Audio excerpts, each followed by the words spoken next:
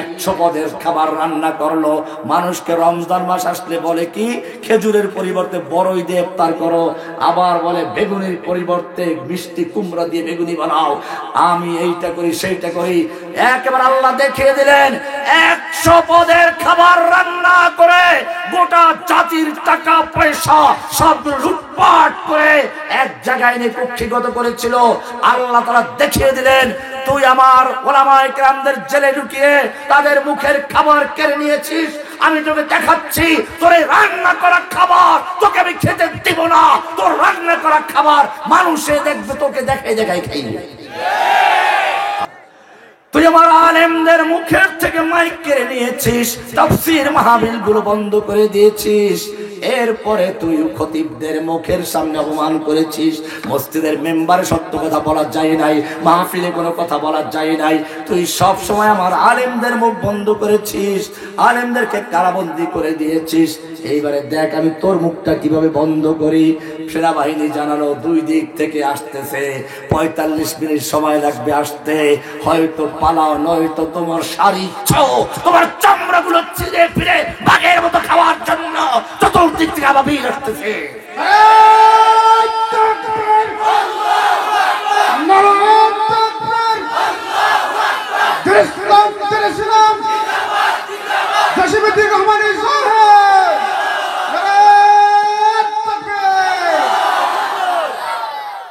হবিগঞ্জ জেলার বাহুবল ডুমগাঁও শান্তির ধ্বনি ইসলামী যুব সংঘ কর্তৃক আয়োজিত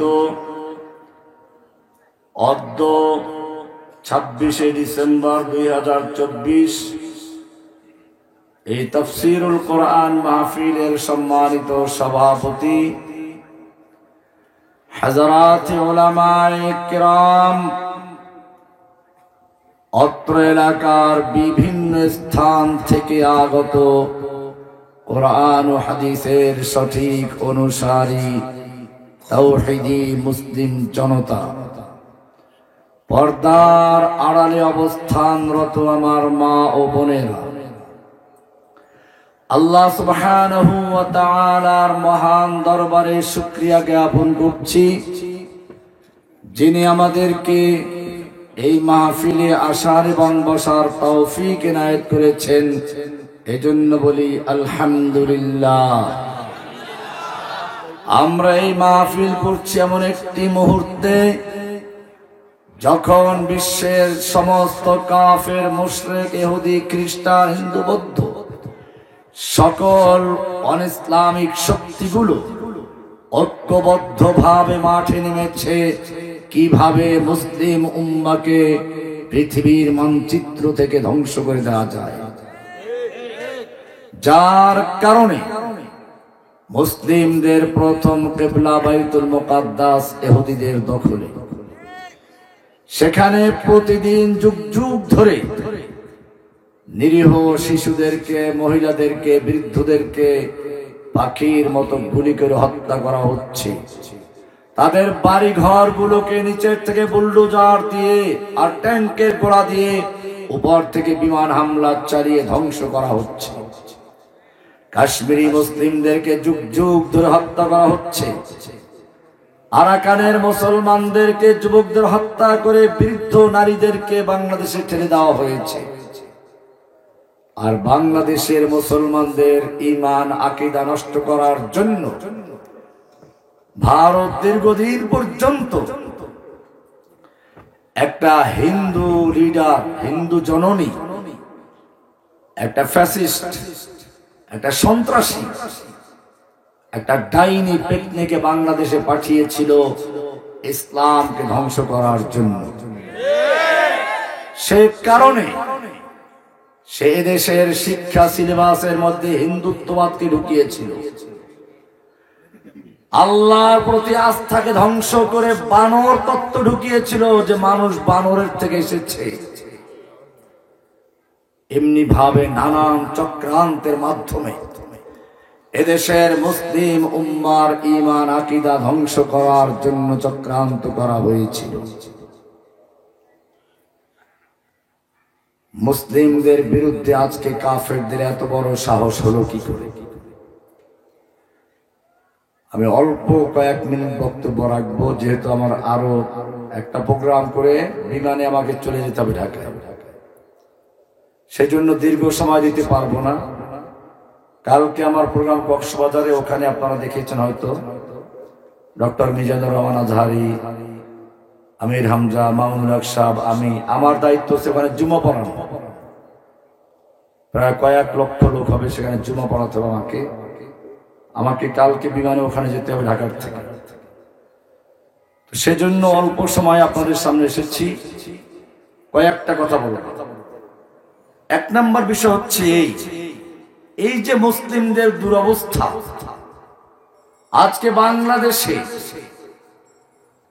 ইসকন নামক এক সন্ত্রাসী সংগঠন এত বড় সাহস করেছে, কোটি কোটি মুসলিমদের দেশে একজন মুসলিমকে পিটিয়ে কুপিয়ে দিনের উপর হত্যা করার সাহস পেয়েছে। কোত্থেকে পেল এই সাহস? এই জন্য আমরাই দায়ী। আল্লাহর রাসূল সাল্লাল্লাহু আলাইহি ওয়াসাল্লাম একদিন সাহাবায়ে কেরামদের নিয়ে বসে আছেন। এ সময় তিনি বললেন, হে আমার উম্মতরা শুনো, অচিরে এমন একটি মুহূর্ত আসবে যখন দুনিয়ার সমস্ত কাফের গুলো একে অপরকে আহ্বান করবে, আসো আমরা ঐক্যবদ্ধ হয়ে মুসলমানদের ধ্বংস করি। যেরকম ভাবে দস্তরখানে খাবার তৈরি করে খাবার বিছিয়ে তারপরে মেহমানদের, অতিথিদেরকে দাওয়াত দেওয়া হয়, আসুন আমরা খাই। এরকম মুসলিমদের ধ্বংস করার জন্য একে অপরকে আহ্বান জানাবো। আল্লাহর রাসূল সাল্লাল্লাহু আলাইহি ওয়াসাল্লাম এই কথা বলার সঙ্গে সঙ্গে সাহাবায়ে কেরাম আশ্চর্য হলেন, কারণ তারা মাত্র 1-1.5 লাখ সাহাবী। তাদের ভয়ে সে সময় সুপার পাওয়ার গুলো থরথর করে কাঁপতো।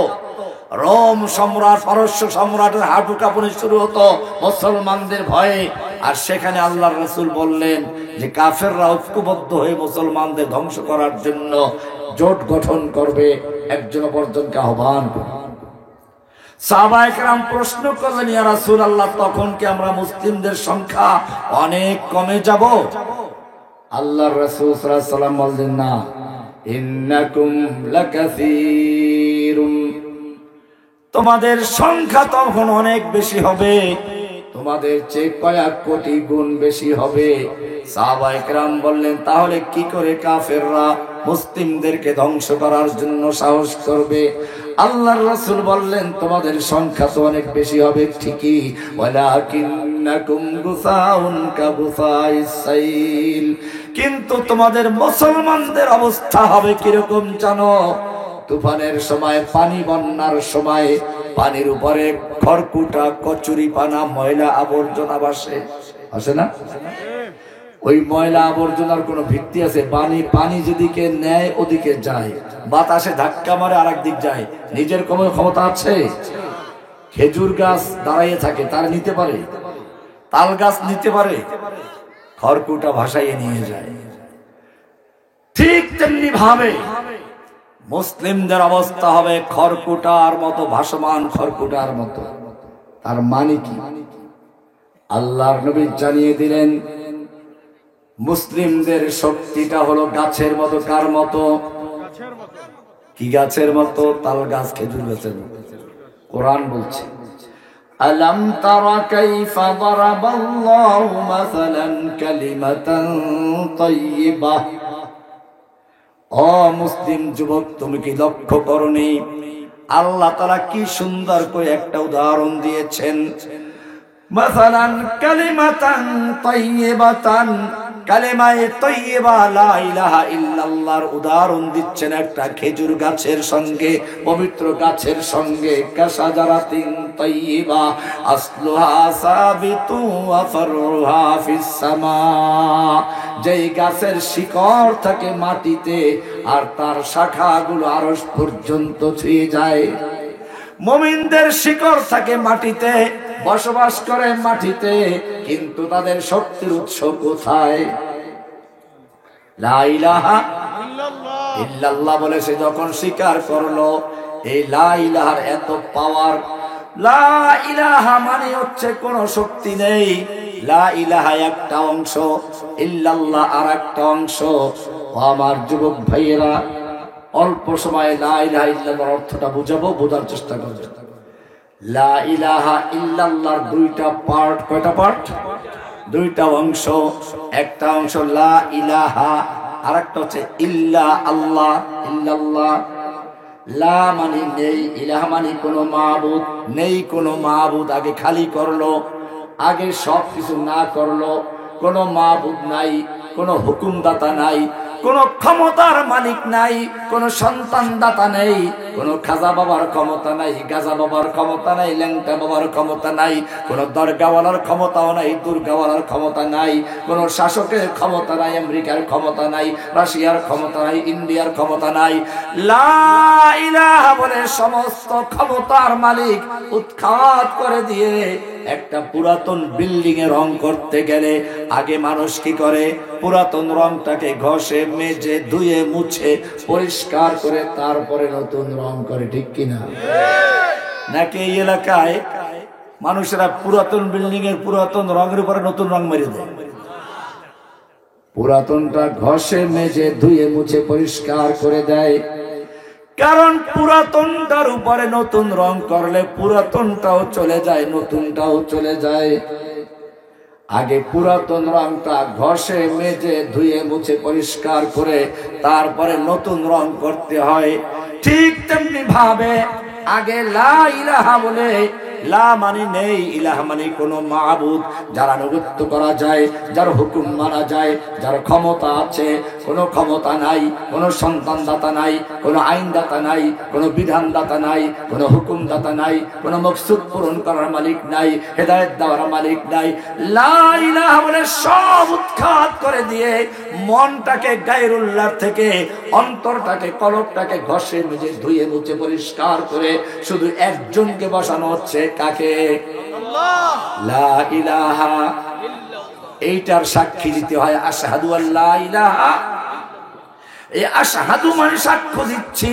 কিসের সাক্ষী? লা ইলাহা ইল্লাল্লাহ। প্রথমে লা মানে নেই, লা মানে কোনো মাবুদ, কোনো হুকুমদাতা নাই, কোনো ক্ষমতার মালিক নাই। সকল ক্ষমতার মালিক কে? সব ক্ষমতার মালিক কে? আল্লাহ ছাড়া কোন ক্ষমতার মালিক নেই। ইন্ডিয়ার কোনো ক্ষমতা নাই, আমেরিকার কোনো ক্ষমতা নাই, রাশিয়ার কোনো ক্ষমতা নাই, চায়নার কোনো ক্ষমতা নাই, পীর সাহেবেরও কোনো ক্ষমতা নাই, খাজা বাবারও ক্ষমতা নাই, গাজা বাবার ক্ষমতা নাই, ল্যাংটা বাবারও ক্ষমতা নাই। নাই নাই নাই, সব উৎখাত করে দিয়ে শুধু অন্তরে একজনকে বসাও। ইল্লাল্লাহ বলে কাকে বসাবে? এইটার নাম তাওহীদ। এইটার নাম কি?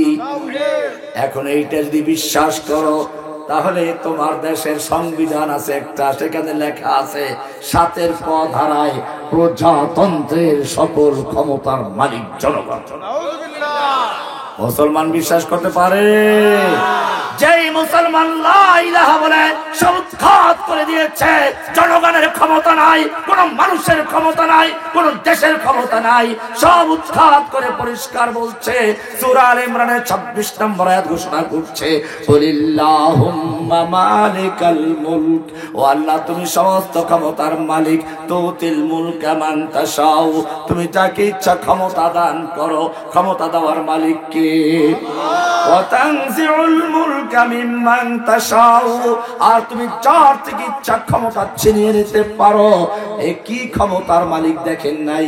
আমাদের সবাইকে জেলে ঢুকাইলো, সাইদি সাহেবকে জেলে ঢুকাইলো, আমি জসিমউদ্দিন রহমানীকে জেলে ঢুকাইলো, মামুনুল হক সাহেবকে জেলে ঢুকাইলো। বাংলাদেশের এমন কোন বড় আলেম নাই যাদেরকে সে জেলে না ঢুকাইয়েছে। একেবারে অপমান করলো আমাদেরকে, হেলমেট বানাইয়া, এরপরে মাথায় হেলমেট, হাতে হ্যান্ডকাপ, পায়ে ডান্ডা বেরি, বুলেট প্রুফ জ্যাকেট পাইয়া তারপর উঠাইতো। ছবিগুলো এখনো নেটে আছে, দেখে নেবেন।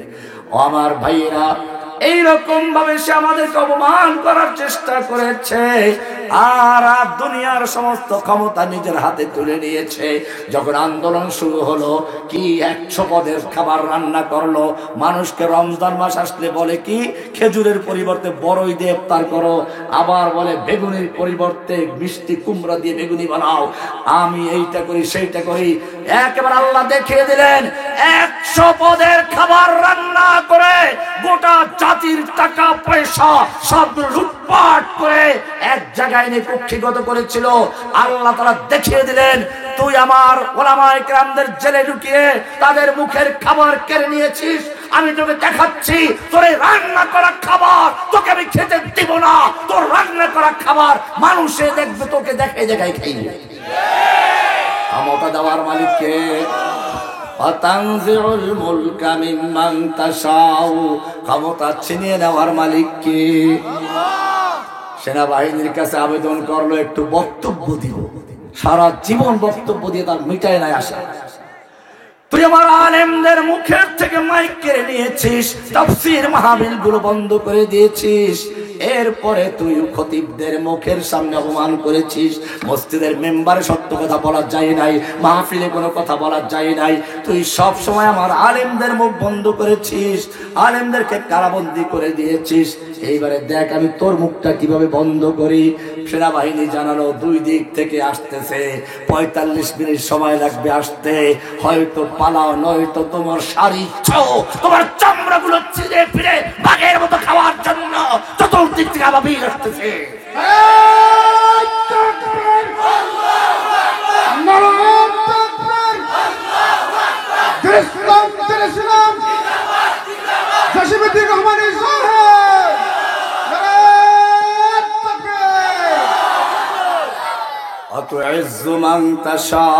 ইজ্জত দেওয়ার মালিককে, অতুযিল্লু মান তাশাউ, অপমান করার মালিকটাও কে। ওরা আমাদেরকে হ্যান্ডকাপ পরিয়ে, হেলমেট পরিয়ে, বুলেট প্রুফ জ্যাকেট পরিয়ে, পায়ে বেরি পরিয়ে, ডান্ডা বেরি পরিয়ে দুনিয়ার সামনে আমাদেরকে অপমান করার চেষ্টা করেছে। কিন্তু আমি তোমাদেরকে বলি শোনো, আল্লাহ তাআলা জেলখানাতে আমাদেরকে ইজ্জত সম্মান দিয়েছেন। বন্দি চোর ডাকাত পর্যন্ত আমাদেরকে পেলে একটু কাপড় ধুয়ে দিত, পারলে একটু খেদমত করার চেষ্টা করত। কোর্টে আসলে পরে পুলিশরা পর্যন্ত সম্মান করত। আবার মানুষ সুযোগ পেলে হাত মোছাফা করত, টাকা পয়সা পকেটে ঢুকিয়ে দিত। আজকে যখন তারা যারা আমাদের জেলে ঢুকিয়েছিল তারা জেলে গেল, আপনারা দেখেছেন জনগণ তাদের সঙ্গে হাত মিলাবার জন্য নয়, হাদিয়া তওবা দেওয়ার জন্য নয়, পচা জীব আর সেরা জুতা দিয়ে তাদেরকে চরমভাবে অপমান করার জন্য প্রস্তুত থাকে। ইজ্জত দেওয়ার মালিককে, সম্মান দেওয়ার মালিককে, অপমান করার মালিককে। আতুইজ্জু মান তাশাউ ওয়া তুযিল্লু মান তাশাউ বিয়াদিকাল খায়র, সব ক্ষমতার মালিককে। লা ইলাহা ইল্লাল্লাহ, এটার নাম তাওহীদ। এই লা ইলাহা ইল্লাল্লাহ বুঝে শুনে পড়তে হবে, এটার সাক্ষী দিতে হবে। এটার সাক্ষী না দিলে আজান হয় না। আজানের সময় দেখেন না বলে আশহাদু আল্লা ইলাহা ইল্লাল্লাহ, আবার ইকামতের সময় এই সাক্ষী না দিলে ইকামত হয় না, এই সাক্ষী না দিলে জুমার খুতবা হয় না, এই সাক্ষী না দিলে বিবাহের খুতবা হয় না। এই সাক্ষী যদি তুমি না দিতে পারো তোমার ইসলাম কবুল করাও সঠিক হবে না। এই সাক্ষী দিয়েছেন স্বয়ং আল্লাহকে দিয়েছেন। কোরআন পরিষ্কার বলছে, ওলামায়ে কেরাম ভালো করে জেনে রাখুন, শাহিদাল্লাহু আন্নাহু লা ইলাহা ইল্লা হুয়া ওয়াল মালাইকাতু ওয়া উলুল ইলমি কাইমান বিল কিসত, লা ইলাহা ইল্লা হু। কি সুন্দর কথা, শাহিদাল্লাহু, আল্লাহ নিজে সাক্ষী দিয়েছেন লা ইলাহা। কে সাক্ষী দিয়েছেন? এইবারে আল্লাহ প্রশ্ন করেছেন, কুল আইয়ু শাইইন আকবারু শাহাদা, বলো সবচেয়ে বড় সাক্ষ্য কোনটি? তুমি কি বলবে? লা ইলাহা ইল্লাল্লাহ। এই লা ইলাহার সাক্ষী ছাড়া তোমার সব বরবাদ হয়ে যাবে। লা ইলাহাটা কিরকম? একজন লোক শূন্য লেখছে, শূন্য শূন্য শূন্য, কোন মূল্য আছে? আগে একটা এক লেখলো, এইবারে একটা শূন্য দিলে কত হয়ে গেছে? আর এক শূন্য কত হলো? আর এক শূন্য কত হলো? আর এক শূন্য কত হলো? এইবারে এক যখন আছে এরপরে যত শূন্য লাগবে তত একের মূল্য বাড়তে থাকবে। ঠিক তেমনি ভাবে তোমার লা ইলাহা ইল্লাল্লাহ যদি ক্লিয়ার থাকে, তুমি ইসলাম কবুল করেছো, আল্লাহ ছাড়া কোনো ইলাহা নাই, কোনো মাবুদ নাই, কোনো সন্তান দাতা নাই, কোনো রিজিক দাতা নাই, কোনো আইন দাতা নাই, বিধান দাতা নাই, সব কিছু দেওয়ার মালিক কে? ও মুসলমান, তাহলে তুমি কি করে সন্তানের জন্য মাজারে যাও, সন্তানের জন্য মাজারে গিয়ে সেজদা করো? সেজদা করতে হবে কাকে? লা ইলাহা ইল্লাল্লাহ মানে সেজদার পাওয়ার মালিক একমাত্র কে? কোরআন সুন্দর করে বলেছে, ওয়া মিন আয়াতিহিল লাইলু ওয়ান নারু ওয়াশ শামসু ওয়াল কামার। আল্লাহর নিদর্শনাবলীর মধ্যে রয়েছে রাত এবং দিন এবং চন্দ্র সূর্য। ওয়া মিন আয়াতিহিল লাইলু ওয়ান নারু ওয়াশ শামসু ওয়াল কামার লা তাসজুদু লিশ শামসি ওয়ালা লিল কামার। ও মানুষ, তোমরা চন্দ্র সূর্য গ্রহ নক্ষত্র আর তোমরা গরু গাবি দিয়ে সিজদা করো না। এগুলো সব আল্লাহর নিদর্শন। কোন পীরকে সিজদা করো না, মানুষকে সিজদা করো না, মাজারকে সিজদা করো না, সব আল্লাহর সৃষ্টি। বরং তোমরা সৃষ্টি করো কাকে? লা তাসজুদু লিশ-শামসি ওয়ালা লিল-কামার। চন্দ্রকেও নয়, সূর্যকেও নয়, মানুষকেও নয়, গরুকেও নয়, মাজারকেও নয়, দরগাকেও নয়, দুর্গাকেও নয়। ওয়াসজুদু লিল্লাহিল্লাযী খালাকাহুন। এই সবগুলোকে যিনি সৃষ্টি করেছেন একমাত্র তুমি সিজদা করবে কাকে? ও মানুষেরা, ভালো করে চিন্তা করে দেখো, তুমি যত রকমের নামাজ পড়ো, কোন নামাজ রুকু সিজদা করা ছাড়া হয় না। ফজর পড়বে রুকু সিজদা করবে, যোহর পড়বে রুকু সিজদা করবে, আসর মাগরিব এশা পড়বে রুকু সিজদা করবে, জুমা ঈদ পড়বে রুকু সিজদা করবে। কিন্তু খবরদার খবরদার, নামাজটা যদি জানাজার নামাজ হয় তুই রুকু করতে পারবি না, সিজদাও করতে পারবি না। জানাজার নামাজ যত বড় বুজুর্গের হোক না কেন, রুকু সিজদা করা যাবে? কেন করা যাবে না? সব নামাজের রুকু সিজদা করা ফরজ, জানাজার নামাজের রুকু সিজদা করা যাবে না। কারণটা হচ্ছে কি? কারণ হচ্ছে একটাই, জানাজার নামাজের সামনে একটা লাশ আছে। লাশ কি আছে? অন্য নামাজের সামনে লাশ থাকে না। সেজন্য তুমি আল্লাহর জন্য রুকু সিজদা করো, কোনো বিভ্রান্তির সুযোগ থাকে না। কিন্তু জানাজার নামাজের সামনে একটা লাশ থাকে, এই সময় যদি আল্লাহর জন্য সিজদা করে, রুকু করে, ওই ভণ্ড ফকির, ওই মাজার পূজারি, কবর পূজারি, পীর পূজারি বলবে এই তো বুজুর্গকে সম্মান করা হচ্ছে, সিজদা করা হচ্ছে। মানুষকে ধোঁকা দিবে, প্রতারণা করবে। আল্লাহ রাব্বুল আলামিন সেজন্য জানাজার নামাজের থেকে নিজের পাওনা রুকু সিজদা পর্যন্ত বাতিল করে দিয়েছেন। কি সুন্দর সুযোগ ছিল, একেবারে সামনে লাশটা, সেই সময় তুমি সিজদা করতে পারো নাই। লাশটা যখন কবরে চলে গেল, মাঝখানে হোগলা আসলো, বাঁশ আসলো, মাটি আসলো, এরপরে তোমাকে কোন বিবেক মাজারে সিজদা করার জন্য হুকুম দিল? মাজারে সিজদা করা জায়েজ না হারাম? মাজারে টাকা পয়সা দেওয়া জায়েজ না হারাম? মাজারে চাদর পরানো জায়েজ না হারাম? ও মুসলমান, ভালো করে জেনে রাখো, হিন্দুরা তাদের আল্লাহর ওলি, তাদের ধর্মের ওলি যারা, বুজুর্গ যারা, পীর যারা, নবী যারা, ওরা যখন মরে গেছে ওদের মূর্তি বানাইছে। মূর্তি বানাইয়ে তারপরে উপরে রাইখা এরপরে শাড়ি পরায়, গয়না পরায়, খাওন দেয়। আর তুমি মুসলমান ও আল্লাহর ওলিরা মারা গেলে পরে ওই মাটির উপরে মূর্তি বানাবার পরিবর্তে মাজার তৈরি করো। ওরা মূর্তি বানাইয়া সেই মূর্তিকে শাড়ি পরায়, আর তুমি মাজার বানাইয়া মাজারে চাদর পরাও। ওরা মূর্তির সামনে খাবার দেয়, রান্না করে খাবার দেয়, ফলমূল দেয়। একটা তো ভালো করে, তুমি তো তার চেয়ে মারাত্মক, তুমি টাকা দাও, পয়সা দাও, বাজার করে খাও, এই না? ওই বুজুর্গের টাকা দান কি জন্য? বাজার করে খাওয়ার জন্য নাকি? এই মুসলমান, জেনে রাখো, লা ইলাহার মানে হচ্ছে এই সমস্ত চলবে না। কোরআন পরিষ্কার বলে দিয়েছে ওই মক্কার কাফেররাও আল্লাহ মানতো, তুমি আল্লাহ মানো, এই মানলে চলবে না। কোরআন পরিষ্কার বলে তুমি ভুল বুঝো যে মক্কার কাফেররা আল্লাহ মানতো না আর আমি আল্লাহ মানি। না না, কোরআন পরিষ্কার করে বলছে ওয়ালা ইন সালতাহুম মান খালাকাহুম লা ইয়াকুলুনাল্লাহ। হে নবী, আপনি যদি মক্কার কাফের আবু জাহেল আবু লাহাবদেরকে জিজ্ঞেস করেন কে ওদেরকে সৃষ্টি করেছে, লা ইয়াকুলুনাল্লাহ, তারা বলবে সৃষ্টি করেছেন কে।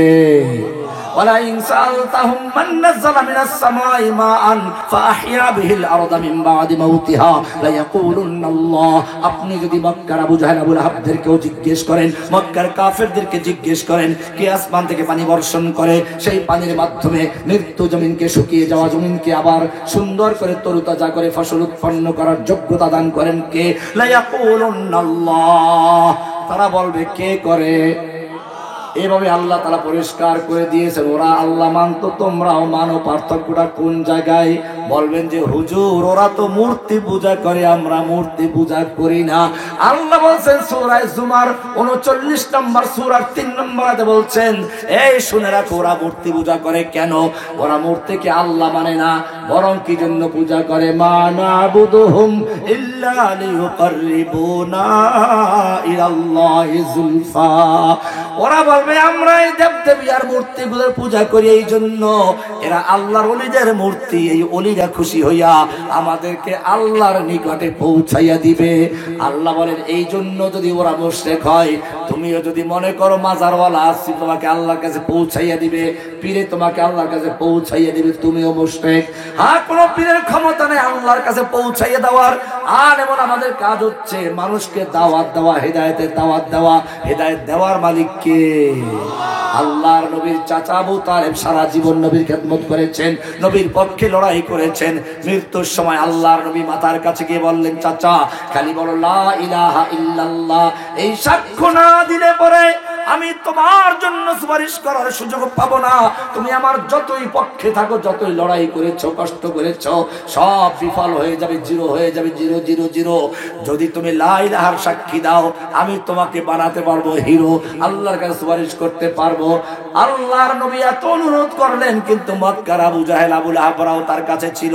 তারা বলল শেষ পর্যন্ত ভাতিজার ইসলাম কবুল করবা, বাপ দাদার ধর্ম ত্যাগ করবা। বাপ দাদা আমার দেশে দেখবেন অনেকে বলে বাপ দাদা যুক্তি করে আসছি, এই মৌলবি এবার নতুন করে কি বলে।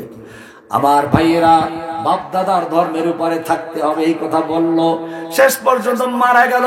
এইবারে শুনুন আল্লাহ কি বলছেন সূরা কাসাস 28 নম্বর সূরা 56 নম্বর আয়াত আল্লাহ পরিষ্কার করে দিচ্ছেন ইন্নাকা লা তাহদি মান আহবাবতা ওয়ালাকিন্নাল্লাহা ইয়াহদি মান ইয়াশাউ ইলা সিরাত মান ইয়াশাউ ওয়া হুয়া আ'লামু বিল মুহতাদিন। হে নবী ইন্নাকা লা তাহদি মান আহবাবতা, আপনি যাকে ইচ্ছে করেন, যাকে চান, আপনার চাচা, আপনার খালু, আপনার ভাতিজা, আপনার আপনজন, চাইলেই আপনি হেদায়েত দিতে পারবেন না। লা তাহদি মান আহবাবতা ওয়ালাকিন্নাল্লাহা ইয়াহদি মান ইয়াশা, বরং আল্লাহ যাকে চান তাকে হেদায়েত দিবেন। ও মুসলমান, পরিষ্কার হয়ে গেল হেদায়েত দেওয়ার মালিক কে?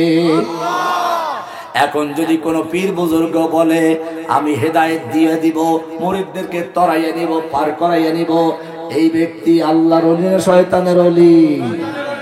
লা ইলাহা ইল্লাল্লাহ বলে পরিষ্কার করে দিয়েছ, কোন হেদায়েত দেওয়ার মালিক নাই। হেদায়েত দেওয়ার মালিকটাও কে? প্রার্থনা করব কার কাছে?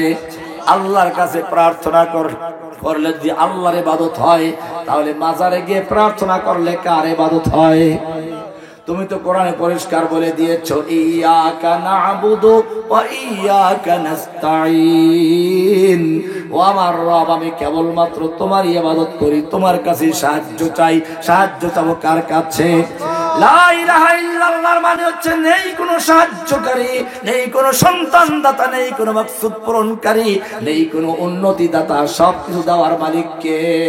এই বিশ্বাস করার পরেও তুমি কি করে আবার বলো ওয়াও খাজা বাবা একটা সন্তান দাও, মাজারওয়ালার কাছে সন্তান চাও, মাজারে গিয়ে পশু জবাই করো।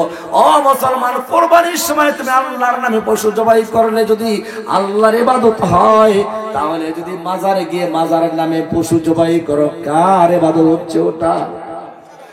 লা ইলাহা ইল্লাল্লাহ হচ্ছে তাওহীদ, দুইটা অংশ।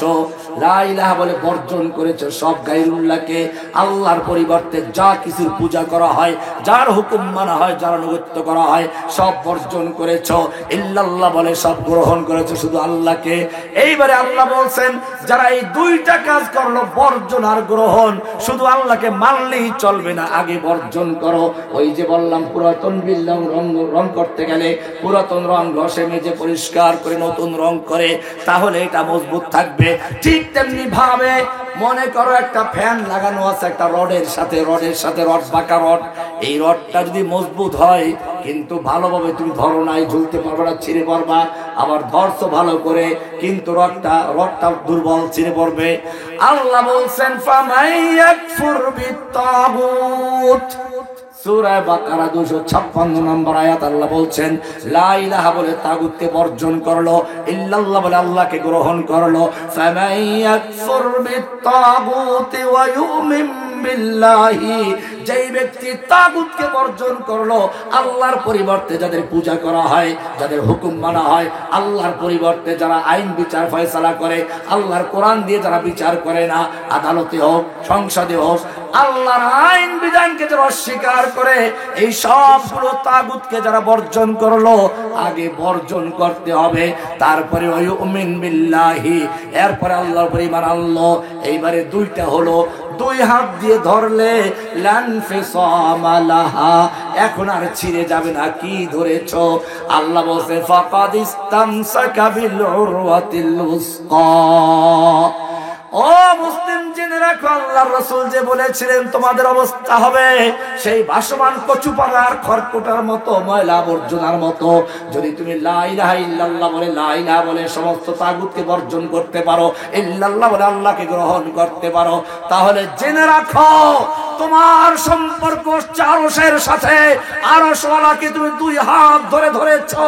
এবারে লানফিসামা লাহা, দুনিয়ার কোন শক্তি তোমাকে বিচ্ছিন্ন করতে পারে না, দুনিয়ার কোন শক্তি তোমাকে পরাজিত করতে পারবে না। ইন্ডিয়ার যত বড় শক্তি হোক না কেন, যত বোমা থাকুক না কেন, সমস্ত বোমা ইব্রাহিমের জন্য যেভাবে নমরুদের আগুনকে নিভিয়ে দিয়েছিলেন, আল্লাহ তাআলা তোমার জন্য সমস্ত বোমাকে নিভিয়ে দিয়ে তোমাকে আল্লাহ সাহায্য করতে পারেন। লা ইলাহা ইল্লাল্লাহ ফাকাদ ইসতামসাকা বিল উরওয়াতিল উসকা, সে মজবুত হাতল ধরলো, মজবুত রশি ধরলো, লানফিসামা লাহা, যা কখনো ছিঁড়ে যাবে না। এইবারে বোঝা গেল আল্লাহর নবী যে বললেন যে মুসলমানদের সংখ্যা হবে অনেক, কিন্তু তারা হবে গোসাউন কা গোসাইস সাইল, ভাসমান খড়কুটার মতো। রহস্যটা এখানে লুকায়িত।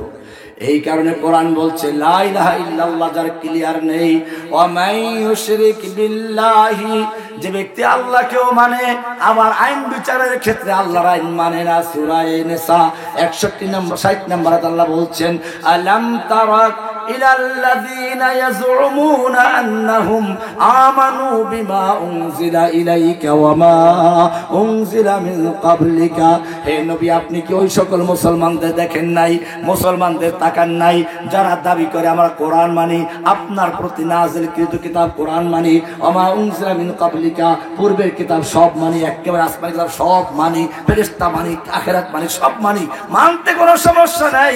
কিন্তু যখন বলা হয় ও মুসলমান এই কোরআন দিয়েছে আল্লাহ বিচার ফয়সালা করার জন্য, কিতাবুন আনজালনাহু ইলাইকা ইন্না আনজালনা ইলাইকাল কিতাবা, হে নবী আপনাকে আমি একটা কিতাব দিয়েছি, কোরআন দিয়েছি।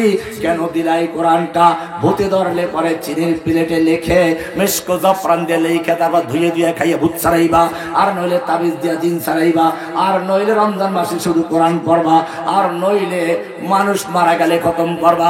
আল্লাহ বলছেন না, এগুলোর জন্য আমি কোরআন নাজিল করি নাই, লিতাহকুমা বাইনান নাস বিমা আরাকাল্লাহ। এই কোরআন দিয়েছে, এই কোরআন দিয়ে দেশ চলবে, কোরআন দিয়ে সংসদ চলবে, কোরআন দিয়ে আদালত চলবে, কোরআন দিয়ে ব্যাংক চলবে, কোরআন দিয়ে সমাজ চলবে। ও মুসলিম, আল্লাহ বলছেন এই জন্য তো কোরআন দেওয়া হয়েছিল। কিন্তু তারা কোরআন মানার দাবি করলেও তারা এই আদালতে আইন মানতে রাজি না। ইউরিদুনা আইয়াতাহাকামু ইলা তাগুত, ওরা তাগুতের আদালতে বিচার ফয়সালা নিয়ে যায়, আল্লাহর আইন মানে না, ব্রিটিশের আইন মানে, নিজেরা সংসদে আইন তৈরি করে আল্লাহর আইন বাতিল করে। অথচ আল্লাহ বলছেন আল্লাহু ইয়াহকুমু লা মুআক্কিবা লিহুকমিহি, আল্লাহ বিধান দেন, আল্লাহর হুকুম পরিবর্তন করার ক্ষমতা কারণ নেই। ও মুসলিম, তুমি যদি লা ইলাহা ইল্লাল্লাহ বলে পরিষ্কার হয়ে থাকো, জেনে রাখবে সর্বক্ষেত্রে আইন মানতে হবে কার? লা ইলাহা ইল্লাল্লাহ। যদি আল্লাহর হুকুম মানো না, কিন্তু নামাজ তো পড়ো, রোজাও রাখো, কিন্তু আল্লাহর বিধান মানতে রাজি না। আল্লাহ বলে তুমি তো দুই খোদা বানাই ফেলছো, আজ মসজিদের আল্লাহ একজন, আদালতে আরেকজন, ব্যাংকে আরেকজন। আল্লাহ বলছেন ওয়া মান ইউশরিক বিল্লাহি, যেই ব্যক্তি আল্লাহর সঙ্গে শিরিক করলো, ফাকান্নামা খাররা মিনাস সামা, ওই যে লা ইলাহা ইল্লাল্লাহ বলে বলেছিলাম আরশওয়ালাকে ধরেছে, সেটা ছিঁড়ে পড়ে গেছে, দুর্বল হয়ে গেছে, ছিঁড়ে পড়ে গেছে। খাররা মিনাস সামা ফাতাখতাফুহু আত-তায়রু, অথবা তাকে পাখি ছো মেরে নিয়ে গেছে। এই পাখি আসমানের চিল না, আর বাস পাখিও না, এই পাখি হচ্ছে ইহুদি, খ্রিস্টান, হিন্দু, নাসারা, বৌদ্ধ। দেখেন না কেমনে খ্রিস্টান বানাচ্ছে, কেমনে ইহুদি বানাচ্ছে, কেমনে হিন্দু বানাচ্ছে। আজকে মুসলমানরা কালেমা ত্যাগ করে খ্রিস্টান হচ্ছে দলে দলে। ও মুসলমান, আল্লাহ করে পরিষ্কার বলে দিয়েছেন ফাকান্নামা খাররা মিনাস সামাই ফাতাখতাফুহু আত-তায়রু, অতঃপর পাখি তাকে ছো মেরে নিয়ে গেছে। কেউ কাদিয়ানী হয়ে গেছে, কেউ খ্রিস্টান হয়ে গেছে, কেউ আহলে কোরআন হয়ে গেছে, কেউ ভণ্ড মাজার পূজারী হয়ে গেছে। ফাতাখতাফুহু আত-তায়রু আও তাহভি বিহির রিহু ফি মাকানিন সাহিক, অথবা তাকে মরুভূমির কোন জায়গায় ফেলে দিল, নাস্তিক হয়ে গেল, পরিষ্কার হয়ে গেল। আল্লাহর রাসূল সাল্লাল্লাহু আলাইহি ওয়াসাল্লাম বললেন মুসলমান তো সংখ্যায় থাকবে অনেক, কিন্তু তারা হবে ভাসমান। পানির প্লাবনের সময়, বন্যার সময় পানির উপরে ভাসমান কচুরিপানা, খড়কুটা, ময়লা আবর্জনার মতো। এবারে সাহাবায়ে কেরাম জিজ্ঞেস করলেন ইয়া রাসূলুল্লাহ, এর কারণটা কি হবে? আল্লাহর রাসূল সাল্লাল্লাহু আলাইহি ওয়াসাল্লাম বলছেন হুব্বুদ দুনিয়া ওয়া কারাহিয়াতুল মাউত, তোমাদের অন্তরে অহন ঢুকিয়ে দেবে। অহন তার মানে হচ্ছে হুব্বুদ দুনিয়া ওয়া কারাহিয়াতুল মাউত, দুনিয়ার প্রেম, ভালোবাসা এবং আল্লাহর পথে জীবন দিতে অস্বীকার করার মতো অবস্থা। আজকে মুসলমান হুব্বুদ দুনিয়া, গ্রামের লোকেরা কেমনে বাড়ি করবে, গাড়ি করবে, সুদে টাকা নেবে, এই নিয়ে ব্যস্ত। আর বড় বড় হুজুর যারা, বড় বড় যারা, তারা কি করে, কেমনে মন্ত্রী হবে, কেমনে এমপি হবে, এই জন্য তারা ব্যস্ত। এই জন্য তারা গণতন্ত্র, সমাজতন্ত্র, রাজতন্ত্র যেটা হয় সেটার মধ্যে ঢুকে, কঠিনটা দিকে ঢুকে না। কারাহিয়াতুল মাউত, আল্লাহর নবী নিজে যুদ্ধ করেছেন বদরে, উহুদে, খন্দকে। বলতে গেলে অনেক সময় লাগবে, আমি আর বলতে পারছি না।